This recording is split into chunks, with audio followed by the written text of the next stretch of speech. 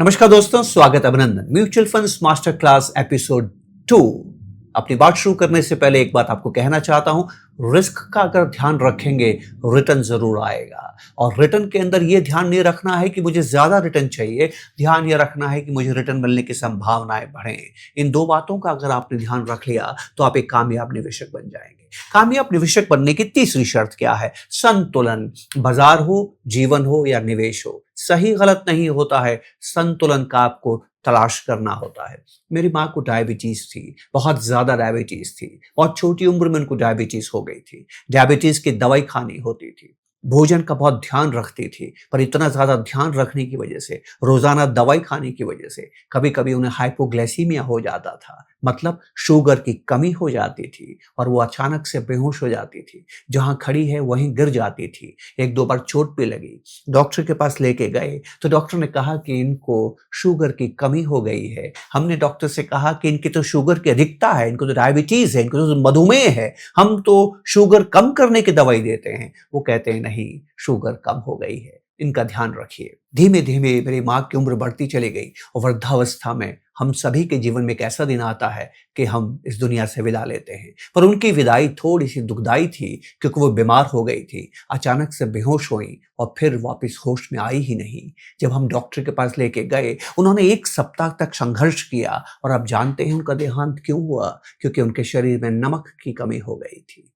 देखिए कितनी अजीब सी बात है। जीवन में मैंने बहुत कुछ खो के सीखा है कि शरीर में बहुत से लवण होते हैं, सबका संतुलन होना चाहिए। बहुत जरूरी है दोस्तों, बैलेंस डाइट। किसी एक खाने को खा के आप अच्छी सेहत को प्राप्त नहीं कर सकते हैं, किसी एक चीज को करके आप कभी धन का निर्माण नहीं कर सकते हैं। जीवन में कभी कभी कुछ ऐसी बातें होती हैं जो इतनी जरूरी होती हैं कि कभी हमें समझ नहीं आता कि वो इतनी जरूरी क्यों है, और वो कभी दिखाई भी नहीं देती है कि वो इतनी जरूरी है। जैसे कि आपका सीट बेल्ट पहनना। क्या आप कभी इस बात से निराश होते हैं कि सीट बेल्ट पहनता हूं, एक्सीडेंट तो हुआ ही नहीं? हेलमेट पहनता हूं, एक्सीडेंट तो हुआ ही नहीं? जी नहीं। ये आप इसलिए उपयोग नहीं करते हैं कि एक्सीडेंट होना चाहिए, ये इसलिए उपयोग करते हैं कि एक्सीडेंट हो गए तो आपके प्राणों की रक्षा करते हैं। अगर आपने प्राणों की रक्षा की, आज जिंदा रहे, तभी तो कल को सुनहरा बनाएंगे। और पैसा कंपाउंडिंग से बनता है। कंपाउंडिंग में जब आप जिंदा रहते हैं तभी धन का निर्माण करते हैं। तो वो सबसे जरूरी चीज क्या है जो हमारे धन का निर्माण करती है, वही आज मैं आपसे बात करूंगा। और आपको खबरदार करता हूं, आपको सावधान करता हूं, अगर ये नहीं किया तो पैसा नहीं बनेगा। मैं उनसे बात कर रहा हूं जो लॉन्ग टर्म इन्वेस्टर कंपाउंडिंग के सहारे धन का निर्माण करना चाहते हैं। जल्दी निर्माण करने वाले ट्रेडर्स अगर आप हैं तो वीडियो आपके काम का नहीं है।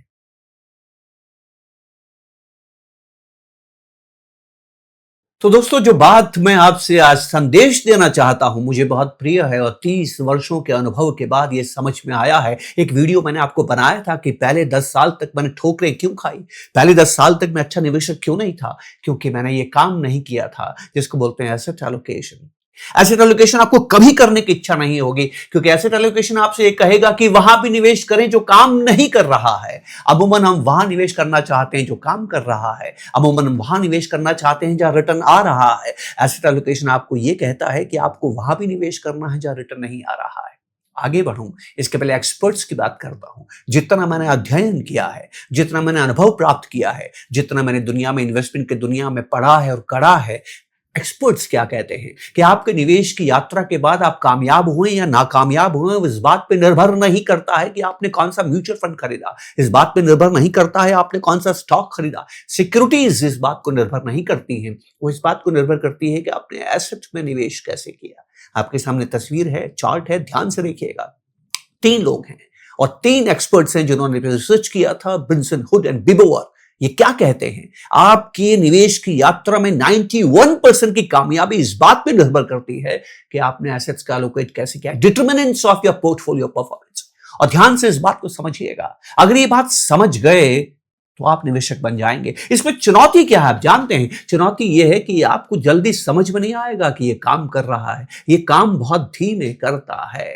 It is like seeing paint dry. एकदम से आप पेंट को ड्राई होते हुए नहीं देख सकते हैं, वक्त लगता है। आप घास को उगते हुए नहीं देख सकते हैं, आप शेविंग करने के बाद बालों को उगते हुए नहीं देखते हैं। क्या बाल उगते हैं कि नहीं? Does hair grow? क्या कहेंगे आप? यस। लेकिन क्या आप शेविंग करने के बाद आईने के सामने खड़े होकर देख सकते हैं कि हेयर्स ग्रो कर रहे हैं कि नहीं कर रहे हैं? नहीं देख सकते हैं। तो क्या इसका मतलब अगर आपको दिखाई नहीं देता है तो हेयर ग्रो नहीं होते हैं? यही सबसे बड़ी चुनौती है एसेट एलोकेशन की। ये खूबसूरती से काम करता है पर इतना धीमे काम करता है कि यकीन नहीं होता है कि ये काम करता है। क्या कोई एक भोजन है जो आपको सब प्रदान कर सकता है? बादाम बहुत अच्छे होते हैं पर बिना बादाम खाए, केवल बादाम खाए आप अच्छी सेहत प्राप्त कर सकते हैं? बिल्कुल नहीं। और एक बार नहीं, दिन में आप 3 बार भोजन करते हैं, संतुलित भोजन करते हैं, थाली में हर प्रकार की चीजें होती हैं, तब जाके आप बेहतर स्वास्थ्य को प्राप्त करते हैं। निवेश में भी कुछ ऐसा ही है। निवेश के अंदर आपको क्या चाहिए आप जानते हैं? आपका निवेश सेफ होना चाहिए। मजाक है क्या सेफ्टी? इस दुनिया में सेफ कुछ होता ही नहीं है। हेलन केलर, मैं उनका जबरदस्त तरीके से आप कह सकते हैं कि उनसे ज्यादा समझदार मैं दुनिया में किसी को नहीं मानता हूं। क्यों मैं उनको इतना समझदार मानता हूं?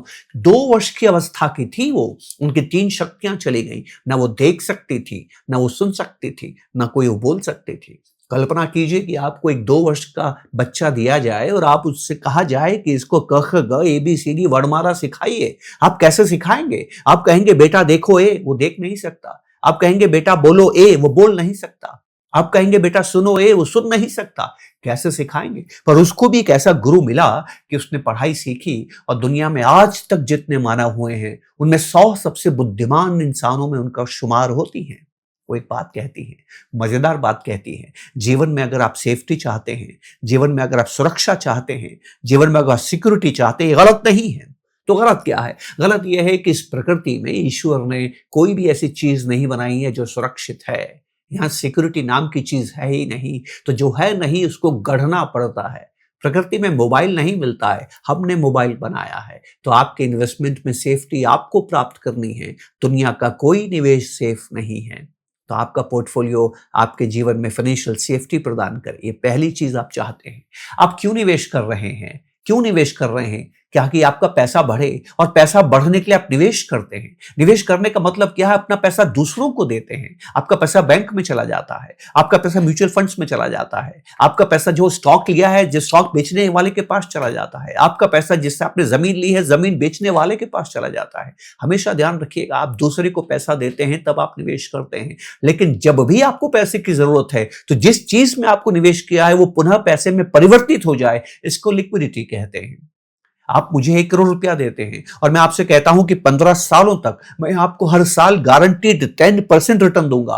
10% अच्छा रिटर्न है, पर 15 सालों तक आपको पैसा वापस नहीं मिलेगा। तो ये 15 साल तक पैसा आपका नहीं है, मेरा पैसा है। आपको पैसे की अगर बीच में जरूरत पड़ी तो वो पैसा आपके काम नहीं आएगा। तो सबसे जरूरी चीज जो निवेश में ध्यान रखनी है, सेफ्टी के बाद वो लिक्विडिटी है। आपका पैसा हमेशा आपके काम आना चाहिए, ये नहीं कि वो बंद जाए और आप उसको इस्तेमाल ना कर सके।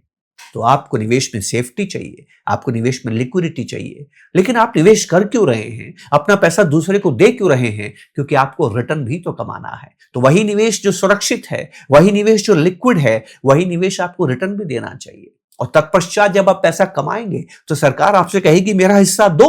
और सरकार अगर बड़ा हिस्सा ले गई, जोखिम आपने उठाया है, सरकार ने जोखिम नहीं उठाया है, और सरकार आपसे एक बड़ा हिस्सा अगर ले गई तो आपके हाथ में कम बचेगा। तो आपको उसके अंदर टैक्स बेनिफिट्स भी चाहिए, और फिर आपको ऐसा रिटर्न भी चाहिए जो आपके सपनों को पूरा करे। आपको ऐसा रिटर्न भी चाहिए जो समय रहते आपको मिले। आपको ऐसा निवेश करना है जो पग पग पे जहां जहां आपको पैसे की जरूरत है तब तब आपके लिए कैश फ्लोज लेके आए। मजाक है क्या ये सब एक साथ करना? और क्या कोई अकेला ऐसा आपको करके दे सकता है? नहीं दे सकता है। यही तो वो चुनौती है। अब इसमें दिक्कत क्या है? इसमें दिक्कत यह है कि सेफ्टी, आज की सेफ्टी चाहिए, कल की सेफ्टी चाहिए, परसों की सेफ्टी चाहिए, 10 साल के बाद की सेफ्टी चाहिए, या परचेजिंग पावर की सेफ्टी चाहिए, या प्रिंसिपल की सेफ्टी चाहिए। एक सेफ्टी के पीछे जाते हैं तो दूसरी सेफ्टी हाथ से निकल जाती है। अगर आप प्रिंसिपल को सेव करना चाहते हैं तो परचेजिंग पावर की सेफ्टी हाथ से निकल जाती है। इसको ट्रेड ऑफ कहते हैं। जीवन में अगर आप कुछ पाने की कोशिश करते हैं तो कीमत अदा करनी पड़ती है। अगर आप गारंटीड रिटर्न की तरफ जाते हैं तो रिटर्न कम हो जाता है। अगर आप हाई रिटर्न चाहते हैं तो जोखिम बढ़ जाता है, और लिक्विडिटी के साथ भी बंधन यही करता है। तो ट्रेड ऑफ आप कैसे करेंगे? कुछ पैसा आपको कम रिटर्न का डालना पड़ेगा, कुछ पैसा आपको हाई रिटर्न पे डालना पड़ेगा, कुछ पैसा आपको लिक्विडिटी के डालना पड़ेगा, कुछ पैसा आपको बंधन में बांधना पड़ेगा। ये ट्रेड ऑफ कहलाता है। तो न केवल आपको संतुलन स्थापित करना है, आपको इस ट्रेड ऑफ को भी समझना है कि मुझे क्या चीज पाने के लिए क्या चीज का त्याग करना है। इतना आसान नहीं है दोस्तों, कैसे करेंगे हम। अब तीसरी सबसे महत्वपूर्ण बात, जब आप निवेश करते हैं तो जोखिम है। जो सबसे बड़ा अध्ययन हमें करना है वो हमें यह करना है कि जोखिम को कम करते हुए मैं रिटर्न को कैसे बढ़ाऊं, या दिए गए रिटर्न पे जोखिम को कैसे कम करूं। यह सबसे बड़ा सवाल है। आइए इस सवाल पे विस्तार से बात करते हैं कि एसेट एलोकेशन हमारी इस समस्या को कैसे सॉल्व करता है। रिस्क को कम करने का तरीका क्या है कि आप डाइवर्सिफाई करते हैं। Diversification is the foundation of asset allocation. पर डाइवर्सिफिकेशन क्या होता है, हमें यह बात भी समझने की जरूरत है। वेरियस स्ट्रेटेजीज हैं, वो आज मैं आपसे बात नहीं करूंगा, जैसे जैसे हम आगे बढ़ेंगे उसके बारे में बात करेंगे। एक छोटा सा टेबल मैं आपको दिखाना चाहता हूं और उसी को बहुत ध्यान से आप समझने की कोशिश कीजिएगा कि वो क्या खास बात है जो हमें समझनी है। कल्पना करें आप एक खेल खेलते हैं। उस खेल में क्या है कि आप एक निवेश करेंगे, उस निवेश को करने से पहले सिक्का उछाला जाएगा। सिक्के पे अगर हेड आया तो आपके निवेश पे आपको 12% का रिटर्न मिलेगा, 12% का रिटर्न मिलेगा। लेकिन सिक्का उछालने पर केवल हेड नहीं आता है, सिक्का उछालने पर टेल भी आ सकता है। टेल आ गया तो आपका रिटर्न 12% से घट के 2% रह जाएगा। अब बताइए आप क्या चाहते हैं। हम सभी चाहते हैं कि रिटर्न 12% आए, ठीक है। हम नहीं चाहेंगे कि 2% रिटर्न आए, लेकिन हम ये भी जानते हैं कि संभावना हेड आने की 50% है और संभावना टेल आने की 50% है। तो जोखिम क्या है, हम किस तरह से जोखिम को कैलकुलेट करते हैं। मान लीजिए आपने सिक्का उछाला, हेड आने की प्रोबेबिलिटी 50%, टेल आने की प्रोबेबिलिटी 50%। आपके सामने चार्ट है, टेबल है, इसको ध्यान से देखिएगा। 50% हेड आने पर 12% का रिटर्न है, 50% टेल आने पर 2% का रिटर्न है। तो दोनों का एवरेज रिटर्न क्या है, एवरेज रिटर्न हो गया आपका 12% प्लस 2% 14% डिवाइडेड बाई 2 7%। 7% आपका रिटर्न हो गया। अब ये एवरेज रिटर्न है, पर असल में रिटर्न क्या आएगा। असल में हेड आने पर 12 आएगा और असल में टेल आने पर 2% आएगा। आइदर 12% और 2%। एक्चुअल रिटर्न तो 12 इन 2 है, इनका एवरेज 7% है। तो एक चीज होती है जिसको हम बोलते हैं रिस्क। रिस्क है एवरेज से भटकाव, एवरेज से आप कितना दूर जा सकते हैं। तो अगर दोनों का एवरेज 7% है तो आप खुश तब होते हैं जब एवरेज से ऊपर जाते हैं, आपको 12% मिलता है, और आप दुखी तब होते हैं जब एवरेज से नीचे चले जाते हैं और आपको 2% मिलता है। अब 7 से 2 अंतर कितना है, 5%। 7 से 12 अंतर कितना है, 5%। तो आपके इस इन्वेस्टमेंट में जो डिस्पर्शन है, आपके इस इन्वेस्टमेंट में जो मीन से दूर जाने की संभावना है, जो रिस्क है, वो 5% है। डेविएशन, आप मीन से, आप औसत से डेविएट हो रहे हैं, दूर जा रहे हैं। पूरी म्यूचुअल फंड्स और पूरी इन्वेस्टमेंट की दुनिया में इसी को रिस्क माना गया है। इसको बोलते हैं स्टैंडर्ड डेविएशन। तो ये खेल जहां पर हेड आने पर आपको 12% मिलेगा, टेल आने पर आपको 2% मिलेगा, इसका एवरेज रिटर्न आपके लिए 7% है और डेविएशन आपके लिए 5% है। कभी आपको 2% रिटर्न आएगा, कभी आपको 12% रिटर्न आएगा। कितनी आसान है ना, बात समझ में आ गई। हमारा रिस्क है 5%। 7% रिटर्न कमाने के लिए हम 5% का रिस्क ले रहे हैं। अब हमारा काम क्या है, हमारा काम है कि इस तरह से काम किया जाए कि मेरा या तो रिटर्न बढ़ जाए या रिस्क कम हो जाए। तो हमेशा मेरी यह बात याद रखिएगा, रिस्क को कम करने की कोशिश करनी है, रिटर्न बढ़ाने की कोशिश नहीं करनी है। जी हाँ, वॉरेन बफेट जो हमारे गुरु हैं क्या कहते हैं, 2 नियम है, याद रखिएगा। पहला नियम है निवेश में पैसा नहीं खोना है, और दूसरा नियम है पहले नियम को नहीं भूलना है। Don't lose money, rule number 1, don't lose money. Rule number 2, never forget rule number 1। कितनी इंटरेस्टिंग बात है। तो आपको जोखिम पे ध्यान रखना है। अब मैं आपको मजेदार चीज बताता हूं। अगर आप निवेश करने जा रहे हैं तो आप 2 बार 2 खेल खेलिए। आप भी जाइए और साथ में वाइफ को भी लेके जाइए और कहिए देखिए हम दोनों ये निवेश करेंगे, मेरी वाइफ भी करेंगी और मैं भी करूंगा। अब आप भी एक सिक्का उछालेंगे और मैडम भी एक सिक्का उछालेंगी। तो प्लेयर 1 हो गया, प्लेयर 2 हो गया। जब आप अकेले खेल रहे थे तो संभावना क्या थी, हेड आएगा या टेल आएगा। अभी वो संभावनाएं 2 नहीं है, अब संभावनाएं 4 हो गई हैं। कैसे, प्लेयर 1 को हेड आएगा, प्लेयर 2 का भी हेड आएगा। प्लेयर 1 का हेड आएगा, प्लेयर 2 का टेल आएगा। तीसरी संभावना क्या है, प्लेयर 1 का टेल आएगा और प्लेयर 2 का हेड आएगा। और चौथी संभावना क्या है, प्लेयर 1 का टेल आएगा और प्लेयर 2 का भी टेल आएगा। अब आपके पास दो संभावनाएं नहीं, हेड एंड टेल, आपके पास चार संभावनाएं हैं जो मैंने चार्ट में लिखी हैं। हर चीज का आने का, दो बार टेल आने की संभावना 25% है, दो बार हेड आने की संभावना 25% है, एक का हेड एक का टेल आने की संभावना 25% है, पहले का टेल और दूसरे का हेड आने की संभावना 25% है। ध्यान से सुनिएगा मेरी बात, अभी भी आपका एवरेज रिटर्न 7% ही है, एवरेज 7% ही है। दोनों का हेड आया तो 12% मिलेगा, दोनों का टेल आया तो 2% मिलेगा, एक का हेड और एक का टेल आया तो 7% मिलेगा। जोड़ लीजिए, चारों को जोड़ लीजिए और 4 से डिवाइड कीजिए, एवरेज रिटर्न 7% है ना। कमाल की बात, अभी भी आपका एवरेज रिटर्न 7% है, पर आपका डेविएशन भटकाव 5% से गिर के 3.54% हो गया, आपकी रिस्क कम हो गई। उसी खेल को एक बार नहीं दो बार खेलने से रिस्क कम हो गई। डाइवर्सिफाई कीजिए, बार बार खेलिए, कितनी खूबसूरत बात है। पर इसमें आप जानते हैं आपसे गलती क्या होगी, जरूर बात करूंगा, अगर वीडियो लंबा बना तो अगली वीडियो में बात करूंगा, पर बहुत जरूरी है, आप दंग रह जाएंगे कि बाजार में पैसे बनते हुए भी मेरा पैसा क्यों नहीं बनता है। उम्मीद करता हूं ये बात समझ में आई होगी। ये तो थी काल्पनिक दुनिया हेड एंड टेल की, अब मैं वास्तविक दुनिया में भी आपको इसको करके दिखाऊंगा कि आपको कैसे करना है। और आप जानते हैं हमें किसने समझाया था, हैरी मार्कोविट्ज ने। जी हाँ, उन्होंने हमें ये सिखाया था, और पूरी दुनिया में जितने फंड मैनेजर्स हैं इसी सोच पे काम करते हैं, रिस्क को कम से कम करके रिटर्न को प्राप्त करने की कोशिश करते हैं। वो कोशिश ये नहीं करते हैं कि रिटर्न ज्यादा आए, वो कोशिश ये करते हैं कि रिस्क कम हो जाए। हेड और टेल की दुनिया से बाहर आते हैं और असल दुनिया में आते हैं। हैरी मार्कोविट्ज साहब की बात को समझते हैं, इसको बोलते हैं एफिशिएंट फ्रंटियर, कि किस तरह से एसेट एलोकेशन, डाइवर्सिफिकेशन आपकी मदद करता है। आसानी से आपको बात समझ में आएगी। मैंने यहाँ पर सेंसेक्स का 10 साल का डाटा लिया है, 2014 से 2024 का डाटा लिया है। यहाँ पर मैंने सेंसेक्स और small cap, BSE small cap का रिटर्न आपको दिखाया है। 10 साल के रिटर्न का एवरेज क्या मैं आपको बताता हूँ। सेंसेक्स का जो मीन रिटर्न आया हर साल का, एक साल का, हर साल की बात कर रहा हूं, जो मीन रिटर्न आया वो 16.83% आया, और स्मॉल कैप का जो रिटर्न आया वो 26.1% आया। स्मॉल कैप का एवरेज रिटर्न सेंसेक्स से 10% ज्यादा आया।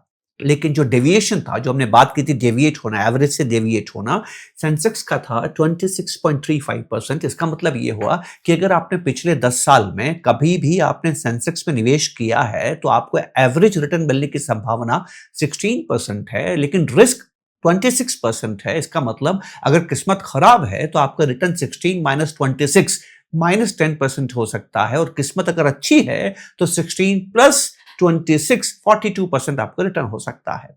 ठीक है, अब ध्यान से देखिएगा स्मॉल कैप के बारे में। स्मॉल कैप का रिटर्न 26.1% आया है, पर एक साल के रिटर्न के लिए स्टैंडर्ड डेविएशन 45.4% आया। कितना जबरदस्त है, खतरनाक है, कितना ज्यादा डेविएशन है स्मॉल कैप के अंदर। मतलब अगर आपकी किस्मत अच्छी है तो आपका रिटर्न 26.1 प्लस 45.4% हो सकता है, और किस्मत अगर खराब है आपकी तो एक साल में आपका रिटर्न 26 माइनस 45 माइनस 19-20% भी हो सकता है। मतलब यहां आपको सेंसेक्स के मुकाबले दुगना नुकसान हो सकता है, सेंसेक्स के मुकाबले दुगना फायदा हो सकता है। अब ध्यान से देखते हैं, और बहुत जरूरी बात है जो हमें समझने की जरूरत है, कि अगर हम अकेले सेंसेक्स में निवेश करें तो हमारा रिटर्न 16.83% आएगा, और अकेले अगर हम स्मॉल कैप में इन्वेस्ट करें तो हमारा रिटर्न 45.4% आएगा। यह हमने देखा। अब ध्यान से देखते हैं, अगर आप 100% सेंसेक्स में इन्वेस्ट करेंगे तो यह आपका एवरेज रिटर्न है, लेकिन अगर आप 90% सेंसेक्स में निवेश करेंगे, 10% स्मॉल कैप में निवेश करेंगे, तो आपका एवरेज रिटर्न बढ़ के 16.83 से बढ़ के 17.76% हो जाएगा। आपका रिटर्न क्या हो रहा है, बढ़ रहा है। मजेदार चीज आपको बताऊं, आगे देखिए, आपका स्टैंडर्ड डेविएशन जो 26.35 है सेंसेक्स का, वो घटकर 24.1% हो जाएगा। अब आप केवल सेंसेक्स में इन्वेस्टमेंट नहीं कर रहे हैं, पोर्टफोलियो में आपके पास केवल सेंसेक्स नहीं है, पोर्टफोलियो में आपके पास 100% सेंसेक्स नहीं है, पोर्टफोलियो में आपके पास 90% सेंसेक्स है और 10% स्मॉल कैप है।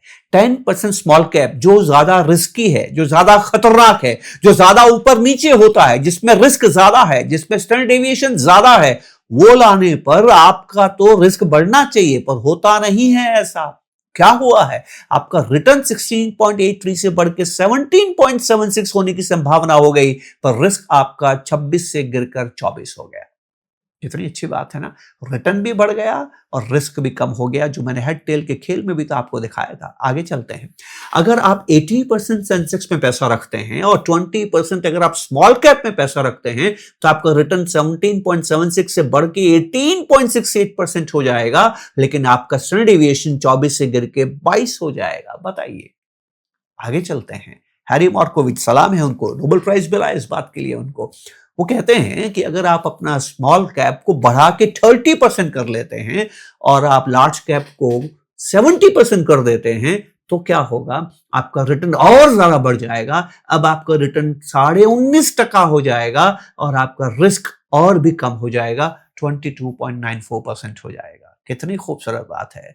स्मॉल कैप जो रिस्की ज्यादा है, स्मॉल कैप जिसमें उतार चढ़ाव ज्यादा है, स्मॉल कैप जिसका स्टैंडर्ड डेविएशन ज्यादा है, उसको ज्यादा बढ़ाने के बाद भी आपका रिटर्न तो बढ़ रहा है पर रिस्क कम हो रहा है। सोचिए ऐसा क्यों होता है। यही है वो बात हमें समझनी है, क्योंकि दोनों हमेशा एक जैसा काम नहीं करते हैं। And this is what friend we have to understand. आगे चलते हैं।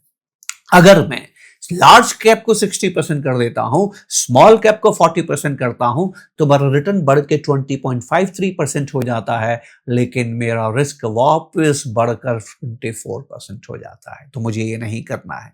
70% लार्ज कैप और 30% स्मॉल कैप मेरे को एफिशिएंट फ्रंटियर देता है। मतलब ये वो कॉम्बिनेशन है जहां पर मुझे मैक्सिमम रिटर्न और लोवेस्ट रिस्क की संभावना प्राप्त होती है।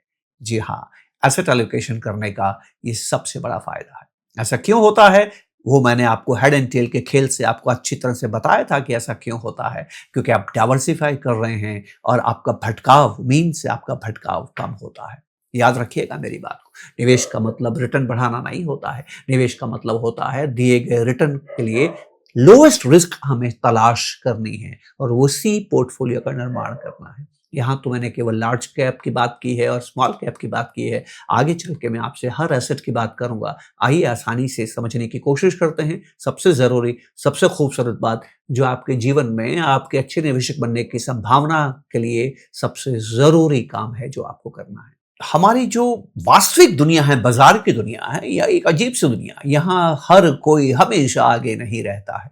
कभी सोना आगे होता है, कभी जमीन आगे होती है, कभी बॉन्ड आगे होता है, कभी इक्विटी आगे होती है, कभी इनका जो एक तरह से मिल्क जो पोर्टफोलियो बनाते हैं वो आगे होता है। कौन कब आगे होता है हमें मालूम नहीं है। एक बात याद रखिएगा, दुनिया में कोई एक्सपर्ट नहीं है जो ये जानता है कि कल क्या होगा। सारी तकलीफें वहीं से शुरू होती है जब आप ये मानना शुरू करते हैं कि दुनिया में कोई है जो मुझे बता सकता है कि कल क्या होगा। कोई नहीं जानता है। वॉरेन बफेट, राकेश झुनझुनवाला भी नहीं जानते थे कि कौन सा शेयर चलेगा। प्रमाण दूं क्यों मैं ऐसा कहता हूं? क्योंकि उन्होंने केवल वो शेयर्स नहीं खरीदे जो चलने वाले हैं, उन्होंने बहुत से वो शेयर्स खरीदे जो नहीं चलने वाले हैं। कुछ ऐसे शेयर्स हैं जो वॉरेन बफेट 50 साल से लेके बैठे हैं, पर मैक्सिमम होल्डिंग्स वॉरेन बफेट ने 6 महीने में बेच दी है। आपको यह भी मालूम होना चाहिए। तो भूल जाइए कि दुनिया में कोई जानता है कल क्या होगा, पर हां, जो आने वाले कल की तैयारी करता है वही कामयाब होता है। आपका बिहेवियर तय करता है कि आप कैसे निवेशक बनेंगे। तो एक मिंट अखबार है, वहां से मैं निकाल के लेके आया हूं। वो हमेशा बताते हैं कि इस साल का विनर कौन है, 2016 का विनर कौन है, 2017 का विनर कौन है, 2018 का विनर कौन है। उनकी लिस्ट लंबी है, मैंने छोटा कर दिया है ताकि हमें बात समझ में आए। उन्होंने बहुत से एसेट्स की बात की है, उन्होंने कॉर्पोरेट बॉन्ड्स की बात की है, उन्होंने G-Secs की बात की है, उन्होंने लार्ज मिड स्मॉल कैप की बात की है, S&P 500 की बात कर रही है, गोल्ड की बात की है, रियल एस्टेट की बात की है। जितनी भी चीजें आप कर सकते हैं सब की बात की है। उतने की बात करूंगा तो वीडियो बहुत लंबा हो जाएगा, तो मैंने मोटा मोटा जो हम रोजाना इस्तेमाल करते हैं उनको ले लिया है। मैंने गवर्नमेंट सिक्योरिटीज को ले लिया है। मैंने लार्ज मिड और स्मॉल कैप की जगह S&P 500 को ले लिया है, क्योंकि इसके अंदर लार्ज मिड और स्मॉल कैप सभी होते हैं। मैंने गोल्ड को ले लिया है और मैंने कॉर्पोरेट बॉन्ड्स को ले लिया है। तो आपके सामने तस्वीर है मिंट अखबार ने क्या मुझे बताया और क्या मैंने देखा उनमें से, कि 2016 में सबसे ज्यादा रिटर्न आया G-Secs का, गवर्नमेंट सिक्योरिटीज का रिटर्न आया, जो कि 15% के आसपास था। 2017 के अंदर सबसे ज्यादा रिटर्न S&P का था, जो कि 12.3% के आसपास था। 2018 में सबसे ज्यादा रिटर्न फिर से गोल्ड का आया। देखिए बदल रहा है, हर बार बदल रहा है। कभी किसी में ज्यादा रिटर्न है, कभी किसी में ज्यादा रिटर्न है। तो आप देखिए ये लगातार बदलता रहता है। अब ध्यान से देखिएगा, आखिरी कॉलम में आइए जो सबसे इंटरेस्टिंग है। आखिरी कॉलम में आप देखिए इन 10 सालों में 2016 से लेकर 2017 तक जो S&P 500 है, इसका CAGR रिटर्न कितना है? 16.5% है। और इससे कहीं ज्यादा रिटर्न गोल्ड ने दिया है। गोल्ड का रिटर्न अगर आप 2016 से 2025 का देखें तो वो 17.2%, 17.2% है। गवर्नमेंट सिक्योरिटी जो नंबर 1 था 2016 में, लेकिन 10 साल का रिटर्न अगर आप निकालेंगे तो 7.6% है। कॉर्पोरेट बॉन्ड्स में अगर आपने 10 साल तक पैसा रखा है तो आपका रिटर्न 7.5% है। अब मजेदार चीज, अगर आप एसेट एलोकेशन करेंगे तो आपका रिटर्न 15.3% है। और ये कौन सा एसेट एलोकेशन है, कितना एसेट एलोकेशन है, मैं आपको आगे दिखाऊंगा। इंटरेस्टिंग ये नहीं है, इंटरेस्टिंग है कि ये रिटर्न कमाने के लिए आपने जोखिम कितना उठाया, ये बहुत इंटरेस्टिंग है। ध्यान से देखिएगा, अगर आप S&P 500 में 2016 से 2025 के बीच में इन्वेस्टमेंट करते हैं तो रिटर्न आपका 16.5% आता है, पर डिविएशन आपका 12.5% है। ये डिविएशन है, आपका डिविएशन कितना हो गया, 12.5%। अगर आप गोल्ड में इन्वेस्टमेंट करते हैं, रिटर्न आपका ज्यादा है 7.2%, लेकिन डेविएशन बहुत ज्यादा है 19.2%। याद है ना, डेविएशन का मतलब प्लस माइनस कीजिएगा दोनों तरफ। जीसेक में आपका रिटर्न 7.6% है, डेविएशन 4.5% है। जीसेक बहुत खतरनाक है दोस्तों, एवरेज रिटर्न 7.5% है लेकिन डेविएशन 4.5% है। इसका मतलब आपका रिटर्न 7.6 प्लस 4.5 भी हो सकता है और आपका रिटर्न 7.6 माइनस 4.5 भी हो सकता है। जीसेक के मुकाबले कॉर्पोरेट बॉन्ड फंड्स में रिस्क थोड़ा कम है, डिफॉल्ट रिस्क तो ज्यादा है लेकिन डेविएशन रिस्क कम है। यहां पर आपका रिटर्न 7.5% है लेकिन आपका जो उतार चढ़ाव है वो केवल 2.9% है। और अगर आप एसेट एलोकेशन करते हैं, ध्यान से देखिएगा, S&P में आपका रिटर्न 16.5% है, एसेट एलोकेशन में आपका रिटर्न 15.3% है।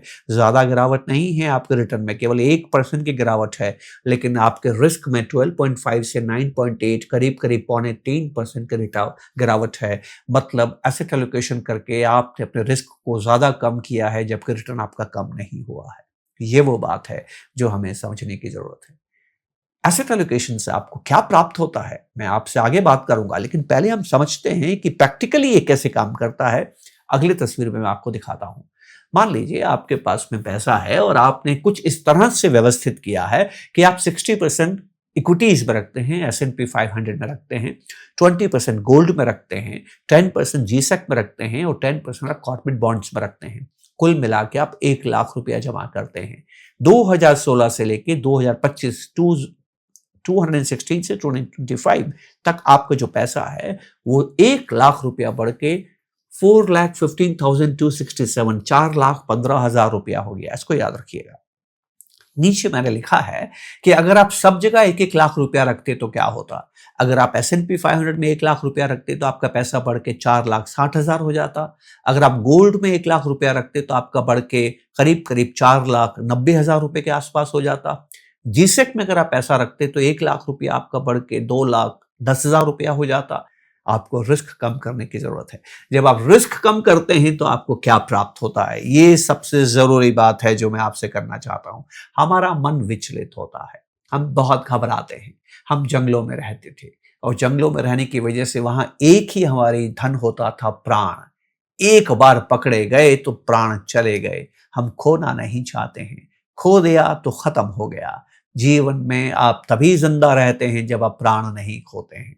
इस बात ने हमारे मन के अंदर डर बैठा दिया है। इसको सर्वाइवल इंस्टिंक्ट कहते हैं। हम सर्वाइव होना चाहते हैं और जब हम सर्वाइव होने का खतरा महसूस करते हैं तो वहां नहीं जाते हैं। तो बाजार में हम निवेश करते हैं कि हमारा पैसा बनेगा, फिर जब बाजार गिरता है तो हम घबरा जाते हैं। उस वक्त अगर हमें कोई सहारा देगा, उस वक्त अगर हमें कोई शांति देगा तो हम अपने सफर को जारी रखते हैं। और जब हम अपने सफर को जारी रखते हैं तभी तो कंपाउंडिंग होती है, तभी तो पैसा बनता है। ये मैंने कहां से सीखा? मैं स्क्रिप्चर्स बहुत पढ़ता हूं। संस्कृत बहुत अच्छी नहीं आती है तो संस्कृत को अनुवाद करने वाली किताबों में पढ़ता हूं। पर मैं जब भी संस्कृत के श्लोक पढ़ता हूं तो एक अजीब सी बात महसूस करता हूं। बहुत साल पहले मैंने की थी। हर श्लोक शुरू होता है ओम शांति से और खत्म होता है ओम शांति पे। मुझे समझ में नहीं आया कि हर श्लोक के साथ शांति का पाठ करना जरूरी क्यों है।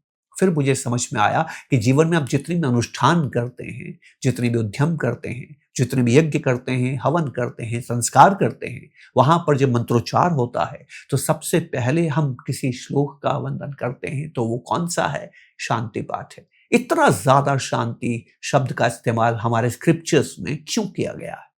बहुत सोचने के बाद मुझे एक बात समझ में आई। ये काव्य, ये महाकाव्य, शास्त्र लिखे किसने हैं?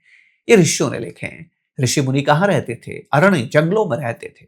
और जंगलों के अंदर प्राण कभी भी जा सकते हैं। जो आदमी प्राण की चिंता करेगा, जहां पर आपकी जान कभी भी जा सकती है, कोई भी आपको आपके मार सकता है, तो आपका चित्त शांत नहीं होता है, आप अधीर होते हैं। और जब तक आप शांत नहीं रहते हैं, इतना सुंदर काव्य लिख नहीं सकते हैं। तो ऋषि हमेशा ईश्वर का आह्वान करते हैं, मुझे शांति प्रदान कर ताकि मैं अच्छा कार्य कर सकूं, अच्छा काव्य लिख सकूं।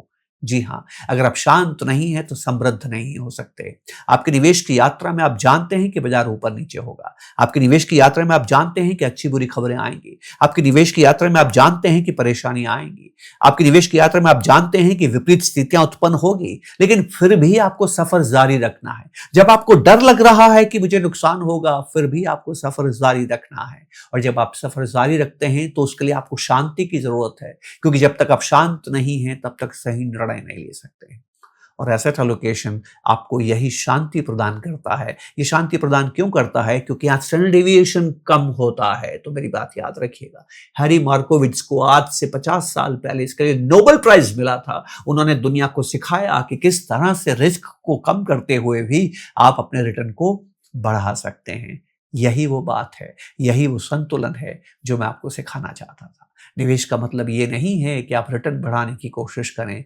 इसका मतलब यह है कि आप संभावनाएं बढ़ाने की कोशिश करें। आप भूखे हैं, पत्थर मार के आपको आम तोड़ना है। 2 पेड़ नजर आते हैं, एक पेड़ पे 2 आम लगे हैं, एक पेड़ पे 500 आम लगे हैं। पत्थर कहाँ मारेंगे? जहां 500 आम लगे हैं। क्यों? क्योंकि आप जानते हैं आप अर्जुन नहीं हैं।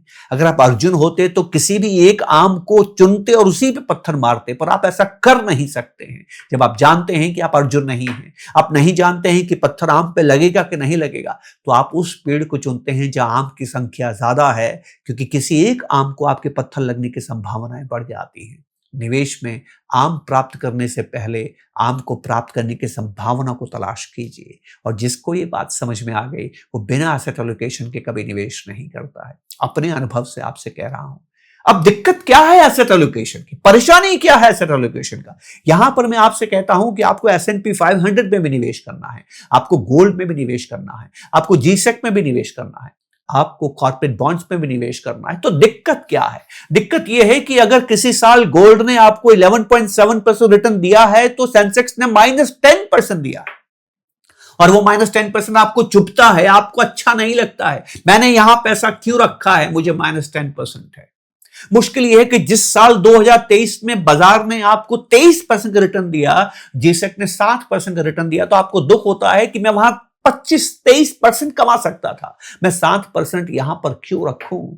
बस ये दुख नहीं होना है। मैंने सीट बेल्ट फालतू में पहनी, एक्सीडेंट तो हुआ ही नहीं। ऐसा आप कभी कहते हैं क्या? नहीं कहते हैं। आपको एसेट एलोकेशन की एक बात हमेशा याद रखनी है, हमेशा आपके पास वो एसेट होगा जो अच्छा काम नहीं कर रहा है। और दूसरी बात आपको याद रखनी है, जो अच्छा काम कर रहा है उससे निकलना है, और जो अच्छा काम नहीं करना है उसमें जाना है। एसेट एलोकेशन की सबसे बड़ी मुश्किल यह है कि आप उसको अपनाते हैं जो अच्छा नहीं कर रहा है, और जीवन में यह काम करना बेहद मुश्किल है, क्योंकि हमारे जीवन में हमें सिखाया गया है आपको उसी को अपने साथ रखना है। आप नौकरी उसी को देते हैं जो अच्छा काम करता है, आप उसी के साथ संबंध बनाना चाहते हैं जो अच्छा है, आप उसी में अपना ट्रस्ट रखते हैं जो अच्छा कर रहा है। पर एसेट एलोकेशन में आपको वो भी अपने पास रखना है जो अच्छा नहीं कर रहा है, और इसीलिए दुनिया में ज्यादातर लोग एसेट एलोकेशन नहीं करते हैं। अब एक आखिरी बात कहता हूं और अपनी बात को खत्म करता हूं। अगर आप एसेट एलोकेशन करेंगे तो कभी खुश नहीं रहेंगे। फिर कहता हूं, कभी खुश नहीं रहेंगे। क्यों खुश नहीं रहेंगे? क्यों खुश नहीं रहेंगे? क्योंकि अगर आपने एसेट एलोकेशन किया है और उस साल बाजार अच्छा चल गया तो आपको दुख होगा कि मैंने सोने में पैसा क्यों रखा। और अगर बाजार में आपने पैसा रखा और सोना अच्छा कर रहा है तो आपको दुख होगा कि मैंने सोने में पैसा क्यों नहीं रखा। हर साल आप किसी न किसी से हारेंगे। जब बाजार अच्छा करेगा तो आप उससे हारेंगे जिसके पास 100% इक्विटीज है। जब आप सोना अच्छा करेगा तो आप उससे हारेंगे जिसके पास 100% सोना है, क्योंकि आपके पास 20% ही सोना है। अगर कभी बॉन्ड ने अच्छा किया तो आप उससे हारेंगे जिसके पास 100% एफडीज हैं, क्योंकि आपके पास तो एफडी 20% ही है। तो आप क्या देखेंगे कि हर साल मैं हार रहा हूं। पर इस दुख को अगर आपने सहन कर लिया, याद रखिएगा 10, 15, 20 साल के बाद आप सबसे आगे होंगे और बाकी सब पीछे होंगे। आप कभी मैन ऑफ द मैच नहीं बनेंगे, पर आप हमेशा मैन ऑफ द सीरीज बनेंगे। मेरी इस अनुभव से सीख लीजिए। मैन ऑफ द मैच बनने की कोशिश मत कीजिए, मैन ऑफ द सीरीज बनने की कोशिश कीजिए। यहां सिर्फ 2 बातें मैं आपको कह के जा रहा हूं। पैसा सिर्फ कंपाउंडिंग से बनता है, कंपाउंडिंग सिर्फ वक्त से आती है। आप वक्त तभी दे पाते हैं जब हर साल जिंदा रहते हैं। हर साल आप जिंदा तभी रहेंगे जब आपके पास टीम होगी, क्योंकि none of us is stronger than all of us. उम्मीद करता हूं कि आपको मेरी बात समझ में आई होगी। जितने भी मैं वीडियोस बनाऊंगे, आप पहले बनाए हैं, आगे बनाऊंगा, ये वीडियो एसेट एलोकेशन समझना सबसे जरूरी है। अगर लॉन्ग टर्म इन्वेस्टर ये नहीं समझा तो वो लॉन्ग टर्म बन ही नहीं सकता है। मैंने जीवन में 2% से ज्यादा लोगों को लॉन्ग टर्म प्रैक्टिस करते हुए नहीं देखा है, और इन्हीं लोगों ने दौलत बनाई है। बिना एसेट एलोकेशन संभव नहीं है। कौन तय करेगा कि आपने धन बनाया है? केवल एसेट एलोकेशन। अगर वीडियो अच्छा लगा है, रिमार्क जरूर कीजिएगा, शेयर जरूर कीजिएगा, सब्सक्राइब जरूर कीजिएगा। मुझे इस बात की प्रशंसा है कि आप कमेंट कर रहे हैं, मुझे स्नेह दे रहे हैं, सब्सक्राइब भी कर रहे हैं। पर दुख इस बात का है कि 100 लोग अगर मेरे वीडियो देखते हैं तो 40% ही सब्सक्राइब करते हैं और 60% बिना सब्सक्राइब किए चले जाते हैं। ऐसा ना करें। बहुत मेहनत होती है, बहुत रिसर्च होता है, बहुत मेहनत के बाद वीडियो बनता है, और आपका यही स्नेह तो हमें ऊर्जा प्रदान करता है कि हम काम करते रहें। तो क्या मैं उम्मीद करूं कि आप सब्सक्राइब करेंगे, शेयर करेंगे, कमेंट जरूर कीजिएगा। आपका कमेंट मेरा मार्ग प्रशस्त करता है। अपना ध्यान रखिए और उनका ज्यादा ध्यान रखिए जो आपका ध्यान रखते हैं। दोस्तों नमस्कार। हम और आप सभी मिलकर वित्तीय स्वतंत्रता प्राप्त करेंगे, धन निर्माण करेंगे। नमस्कार, जय हिंद।